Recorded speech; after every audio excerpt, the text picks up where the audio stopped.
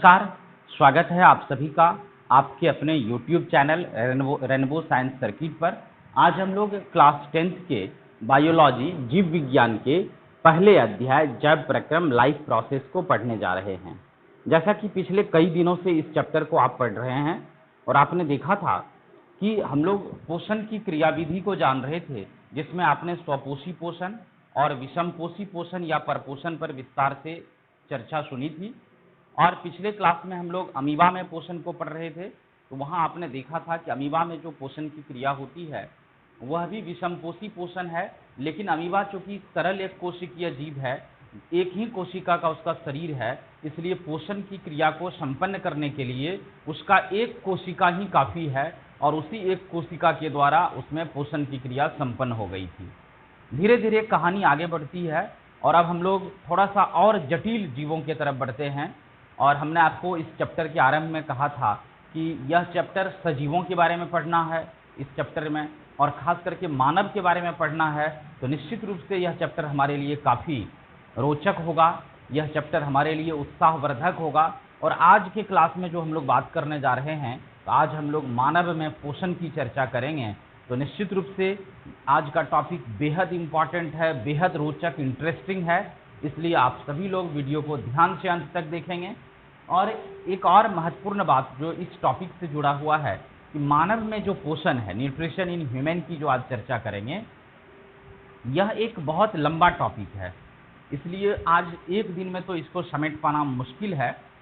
तो हो सकता है 2-3 क्लासेज हमारा लग जाए इसको कंप्लीट करने में, मानव में पोषण को। इसलिए जो लोग आज का वीडियो देख रहे हैं निश्चित रूप से अगले पार्ट्स को भी देखेंगे, और जब आप कंप्लीट मानव में पोषण को पूरा पढ़ लेंगे, पूरी बातों को ठीक से देख लेंगे, समझ लेंगे, तो निश्चित रूप से यह आपके लिए काफ़ी आसान होगा, सरल होगा।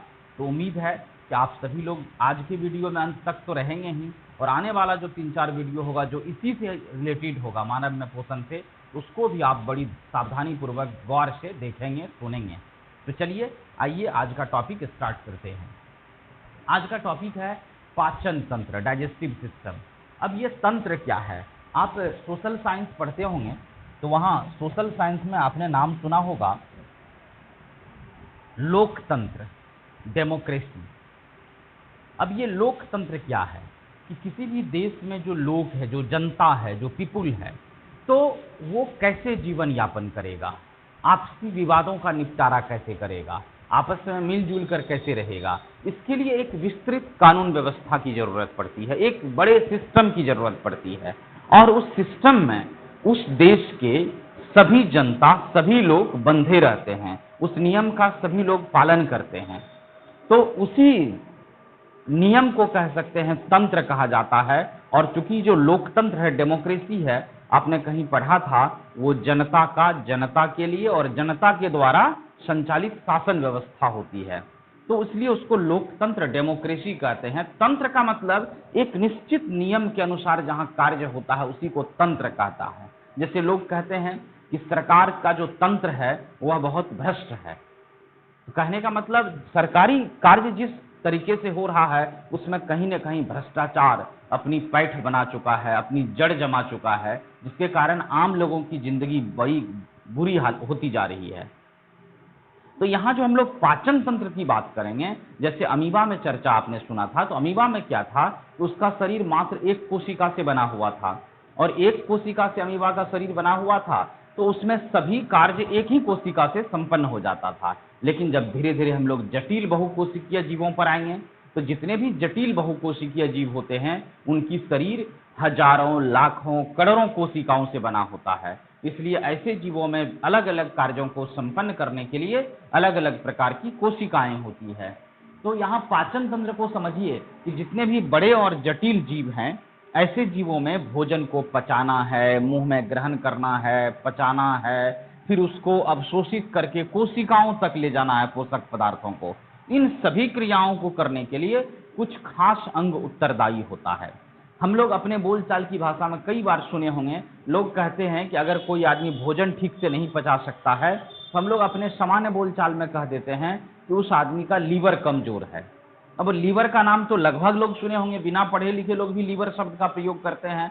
हाँ, भले हिंदी में उसको यकृत कहा जाता है, यह नाम उन्हें नहीं पता हो अलग बात है, लेकिन लीवर तो सभी लोग जानते हैं। तो अब जो लीवर है, यकृत है, यह हमारे शरीर का एक महत्वपूर्ण अंग है और यह भोजन को पचाने में मदद करता है। तो ऐसा नहीं कि केवल लीवर पचा देता है, जो लोग पढ़े होंगे आपको पता होगा अमाशय भी हमारे शरीर में स्टमक है भोजन को पचाने के लिए। अमाशय के साथ साथ आपने छोटी आंत स्मॉल इंटेस्टाइन का नाम सुना होगा, बड़ी आंत लार्ज इंटेस्टाइन का नाम सुना होगा, अग्न्याशय पेनक्रियाज का नाम सुना होगा। इस तरह से बहुत सारे अंग हैं जो मिल करके हमारे शरीर में पोषण की क्रिया को संपन्न करता है, भोजन को पचाने, अवशोषित करने, चबाने, ग्रहण करने, इन सारी क्रियाओं को नियंत्रित करता है। और जो जो अंग मिल करके हमारे शरीर में पोषण की क्रिया को संपन्न करता है, उन्हीं अंगों को सम्मिलित रूप में, संयुक्त रूप में पाचन तंत्र कहते हैं, डाइजेस्टिव सिस्टम कहते हैं। और तंत्र का मतलब कि हमने कहा कि एक बड़ी व्यवस्था जिसके अंतर्गत कोई कार्य संपन्न हो, उसी को तंत्र या सिस्टम कहा जाता है। यहाँ भोजन को पचाने के लिए भी हमारे शरीर में कई अंग मिल करके एक सिस्टम बना लिया है, एक तंत्र बना लिया है, जिसके द्वारा हमारे शरीर में भोजन का पाचन संपन्न होता है।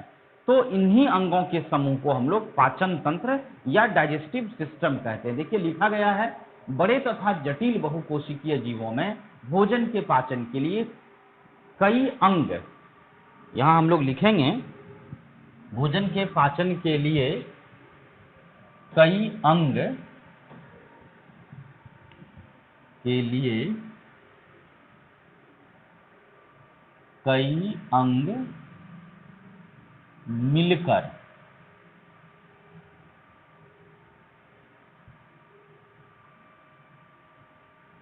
मिलकर कार्य करते हैं। अब जितने सारे अंग हैं वो मिल करके क्या करते हैं, कार्य करते हैं। इन अंगों को सम्मिलित रूप में पाचन तंत्र या डाइजेस्टिव सिस्टम कहते हैं। तो अब तो आपको समझ में आ गई होगी कि मानव में भोजन को पचाने के लिए अलग तंत्र है, अलग सिस्टम है, जिसको मानव पाचन तंत्र कहेंगे। गाय में भोजन को के पाचन अवशोषण के लिए अलग अंगों का समूह है, वो गाय का पाचन तंत्र हो जाएगा। इसी तरह से कुत्ते में, बिल्ली में, बाघ में, अलग अलग जंतुओं में भोजन को पचाने के लिए अलग अलग प्रकार के अंग उत्तरदायी है, इसलिए सभी जंतुओं का अलग अलग पाचन तंत्र होता है। लेकिन हमारे सिलेबस में यहाँ जो सबसे महत्वपूर्ण है वह मानव का पाचन तंत्र पढ़ना है, इसलिए हम लोग अपना टॉपिक स्टार्ट करते हैं। और देखिए यह टॉपिक है मनुष्य में पोषण, या इसको मानव में पोषण भी कह सकते हैं, nutrition in human. Nutrition in human. अब यहाँ देखेंगे कि मानव में आखिर पोषण की क्रिया कैसे संपन्न होती है। मानव में विषम पोषी पोषण होता है। हम लोग पहले इस बात की चर्चा कर चुके हैं कि मानव तथा अन्य जो जटिल बहुकोशिकीय जीव है उनमें विषम पोषी पोषण होता है, हेटेरोट्रॉफिक न्यूट्रिशन होता है। यह अपने पोषण के लिए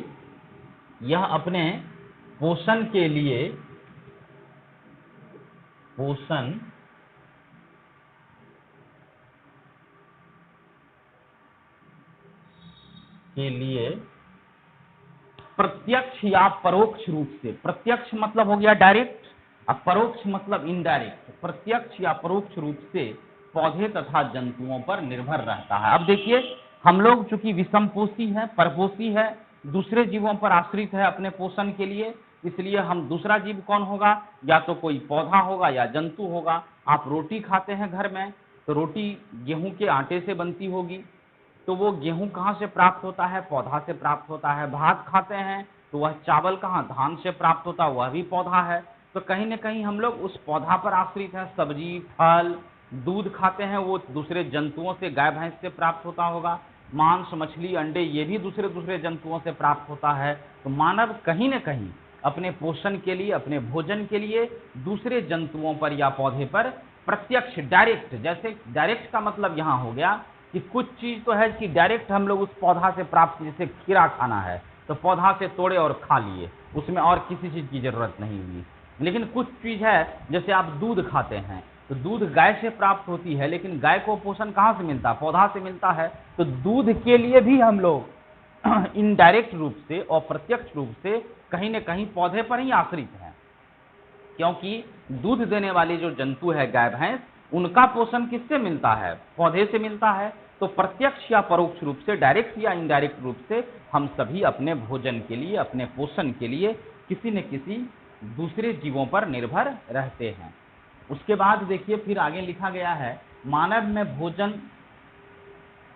के, क्यों इतना में, ये 2 बार लिखा गया है, मानव में भोजन के पाचन और अवशोषण के लिए कई अंग मिलकर कार्य करते हैं। मानव में भोजन के पाचन और अवशोषण के लिए कई अंग मिलकर कार्य करते हैं।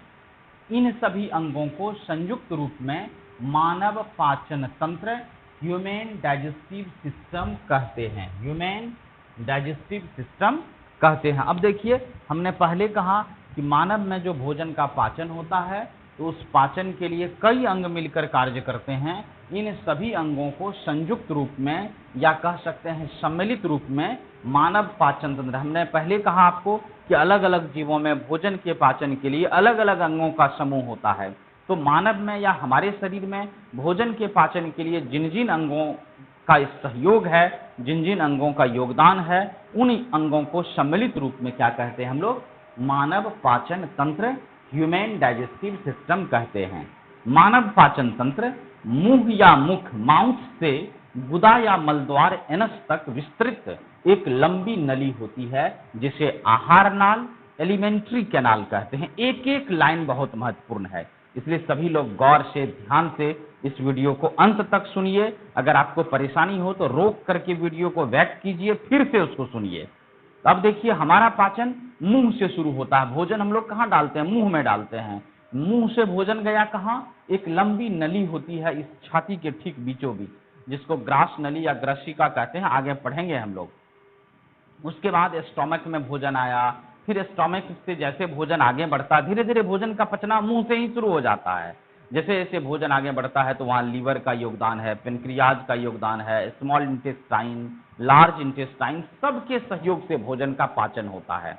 और अंत में जाकर के जब भोजन पच के अवशोषित हो जाती है शरीर के कोशिकाओं में, तो कुछ भोजन होता है जो बिना पचा हुआ रहता है, जैसा कि अमीबा में हम लोग पढ़े थे। तो जो बिना पचा हुआ भोजन है, अपच भोजन है, वह फिर बड़ी आंत में, और बड़ी आंत से आगे बढ़ने के बाद मल द्वार में जाता है, और मल द्वार जहाँ से मल त्याग करते हैं हम लोग, उसी को गुदा कहते हैं। तो मुंह से शुरू हुआ और मल द्वार तक यह भोजन चलते रहता है। तो मुंह से लेके मल द्वार तक जो हमारा पाचन तंत्र है, वो सब जगह नली के रूप में, कहीं मोटी नली, कहीं पतली नली, कहीं सीधी नली, कहीं कुंडलित क्वाइल की तरह घूमी हुई नली, कहीं टेढ़ी मेढ़ी नली।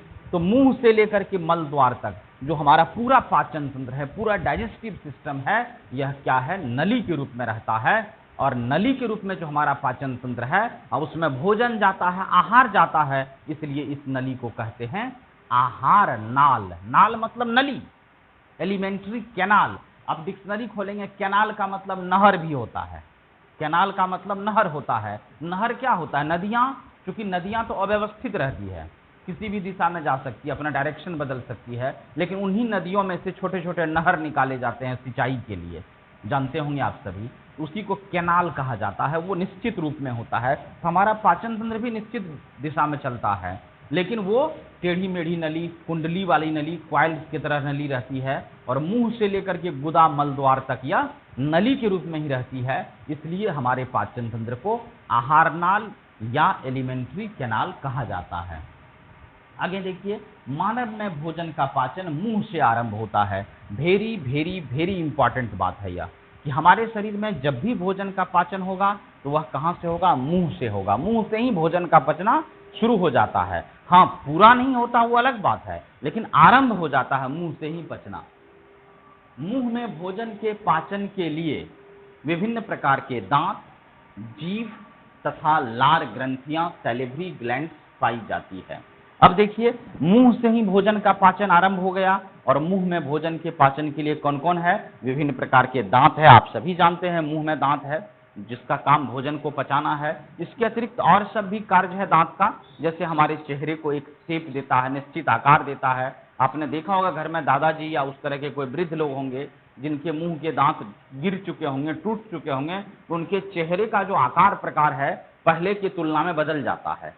तो चेहरे को एक निश्चित बनावट देना, एक निश्चित शेप देना भी दांत का कार्य है। वो अलग कार्य है, पाचन से उसको मतलब नहीं है। हमारे मुंह से जो ध्वनि निकलती है, ये साउंड निकल रहा है, इसको उत्पन्न करने में भी दांतों का योगदान होता है, लेकिन वो पाचन से उसको रिलेशन नहीं है।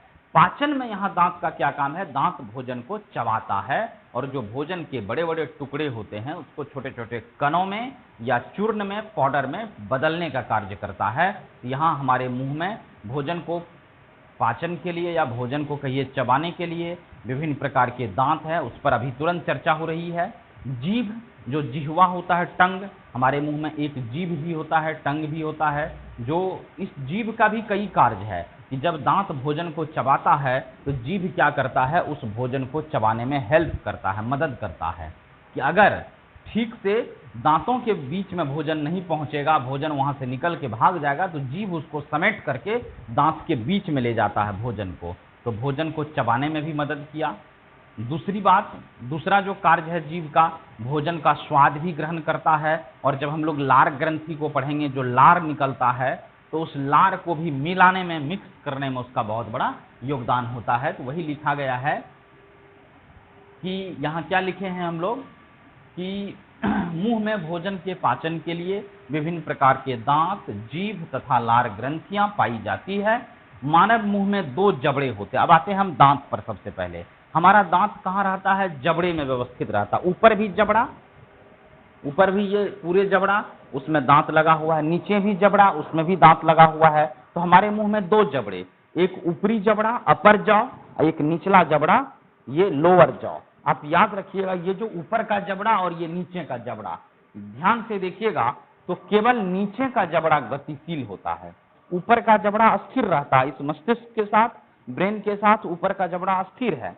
और आप जब हिलाते डोलाते हैं, जब हम लोग बोलते हैं, तो नीचे का जबड़ा गति करता है, ये नीचे भाग सकता है, बाएं दाएं जा सकता है। तो निचला जबड़ा जो होता है वह गतिशील होता है और ऊपर का जबड़ा फिक्स रहता है, अस्थिर रहता है। वो हमारे मस्तिष्क या खोपड़ी के साथ जुड़ा रहता है, फिक्स रहता है। तो 2 जबड़े होते हैं जिन्हें ऊपरी जबड़ा अपर जॉ और निचला जबड़ा लोअर जॉ कहते हैं। दोनों जबड़े में समान रूप से दांत व्यवस्थित रहते हैं। अब देखिए, ऊपरी जबड़े हो या निचले जबड़े हो, दोनों में दांतों की जो व्यवस्था रहती है समान रहती है। ऊपर में यहाँ जो दांत रहेगा, नीचे में भी ठीक वही दांत रहेगा। ऊपर में इधर से जो नुकीला दांत होगा, नीचे में भी ठीक उसके सामने नुकीला दांत होगा। तो दोनों जबड़े में समान रूप से दांत व्यवस्थित रहते हैं हमारे मुंह में जो भोजन को चबाकर महीन चूर्ण या कणों में बदल देता है। एक सामान्य मानव मुंह में भोजन को चबाने के लिए निम्नलिखित 4 प्रकार के दांत होते हैं। अब देखिए, एक जो सामान्य मानव है, जो वयस्क मानव है, जो युवा मानव है, तो उसमें भोजन को चबाने के लिए वैसे बच्चों में ही दांत आना शुरू हो जाता है, जिसको दूध का दांत कहते हैं हम लोग, मिल्क टीथ कहते हैं। उसकी संख्या मुख्य रूप से 20 होती है, वो टूट जाता है, फिर उसके जगह पर परमानेंट टीथ आता है। क्योंकि यहाँ हम लोगों को पाचन पढ़ना है, इसलिए दांत की बहुत विस्तार से चर्चा नहीं करनी है। अब अपनी एनसीईआरटी किताब देखेंगे तो वहाँ दांत के बारे में बहुत कुछ नहीं लिखा गया है। फिर भी मैं यहाँ आपके लिए बता देता हूँ, आपके जानकारी के लिए, कि जो बच्चों में दांत होता है उसको दूध का दांत या मिल्क टीथ कहते हैं। वो दूध का दांत एक निश्चित समय के बाद गिर जाते हैं, टूट जाते हैं, और उसके जगह पर अस्थाई दांत आते हैं, जिसको अंग्रेजी में परमानेंट टीथ कहा जाता है। और अस्थाई दांत जब आदमी वयस्क हो जाता है, बड़ा हो जाता है, तो उस अस्थाई दांत की संख्या उसमें 32 होते हैं। आप सभी जानते हैं 32 दांत होते हैं एक वयस्क आदमी के मुंह में, एक समान आदमी के मुंह में। अब ये 32 दांत को 4 प्रकार में, 4 वर्ग में बांटा गया है। और नाम देखिए, आप सभी नाम याद रख लीजिएगा। कृंतक है, इंसीजर कहते हैं अंग्रेजी में, रदनक, कैनाइन, अग्र चर्वनक, प्रीमोलर और चर्वनक मोलर। ये 4 प्रकार के दांत हैं। Incisor, canine, premolar and molar, ये 4 तरह के दांत हैं। और हमने पहले कहा कि 2 जबड़ा है, एक ऊपरी जबड़ा और एक निचला जबड़ा। दोनों जबड़े में दांतों की संख्या समान रूप से व्यवस्थित रहती है। तो जो कृंतक है, इसकी संख्या 4 ऊपरी जबड़े में होता है और 4 निचले जबड़े में, इसलिए 4 गुना 2 8 दांत होते हैं। अब ये सामने का जो दांत आपको दिख रहा होगा, जो चौड़ा चौड़ा दांत होगा, तो 4 ऊपर से 4 नीचे से, 4 नीचे से भी होता है। तो 4 ऊपर 4 नीचे, 2 जबड़ा में 4 4, तो 4 दूनी 8, इसलिए यहाँ 4 दूनी 8 लिखा गया है। और यह जो चौड़ा दांत है, 4 ऊपर 4 नीचे, इस दांत का मुख्य कार्य है भोजन को काटता या कुतरता है। जैसे आप खीरा खाते होंगे, लंबा लंबा टुकड़ा काटना है तो मुंह में लिए और चाप दिए, जैसे चापते हैं तो काट देता। कैंची की तरह यह काटने का कार्य करता है। कौन? इंसीजर, कृंतक। यह भोजन को काटता है, पीसता नहीं है, यह केवल काटता है। आपको कभी ध्यान दिए होंगे कि रोटी हम लोग रोल बना के खाते थे बच्चा में, मुंह में लिए और दबा दिए, ऊपरी और निचले दांत को जैसे दबाते थे, रोटी का टुकड़ा अंदर आ जाता था। तो इसका काम काटना है, कुतरना है। तो ये कृंतक हो गया, 4 ऊपरी जबड़े में, 4 निचले जबड़े में, इसलिए 4 दूना 2 जबड़े है, इसलिए 2 इससे यहाँ गुना किए हैं, 4 दूनी 8। यह दांत भोजन को काटता या कुतरता है। अब ये जो चौड़े वाले 4 दांत हैं, इससे जैसे साइड की तरफ बढ़ेंगे तो 2 दांत यहाँ पर नुकीला दांत होता है ऊपर से, और 2 दांत यहाँ से रहता है ऊपर की तरफ नुकीला दांत। ये जो नुकीला दांत है इसी को हम लोग रदनक कहते हैं, कैनाइन कहते हैं। तो 2 ऊपर और 2 नीचे। देखिए 2 ऊपर 2 नीचे, तो 2 दूनी 4 दांत हो गया। 2 ऊपरी जबड़े में होगा और 2 निचले जबड़े में होगा, और यह दांत भोजन को चीरने फाड़ने का कार्य करता है। ध्यान रखेंगे आप गौर से कि भैंस को, गाय को यह रदनक नहीं होता है, कैनाइन नहीं होता है, क्योंकि वह शुद्ध शाकाहारी जीव है। आदमी चूंकि सर्वाहारी है, हम लोग मांस मछली भी खाते हैं और पौधे के उत्पाद को भी खाते हैं, इस पर भी बात करेंगे हम लोग आगे। तो अभी तत्काल इतना समझिए कि जो खास करके मांसाहारी जीव होता है उसमें यह जो कैनाइन है, जो रदनक है, यह काफ़ी डेवलप होता है। आप गौर से कुत्ते के मुंह को कभी देखिएगा, हाथ नहीं घुसाना उसमें, कुत्ते के मुंह को देखना है, दांतों का अवलोकन कीजिएगा। उसका जो कैनाइन होता है वो काफ़ी तेज होता है, शार्प नुकीला होता है, और उसको देखा होगा आपने, हड्डियों को भी फाड़ लेता है आसानी से।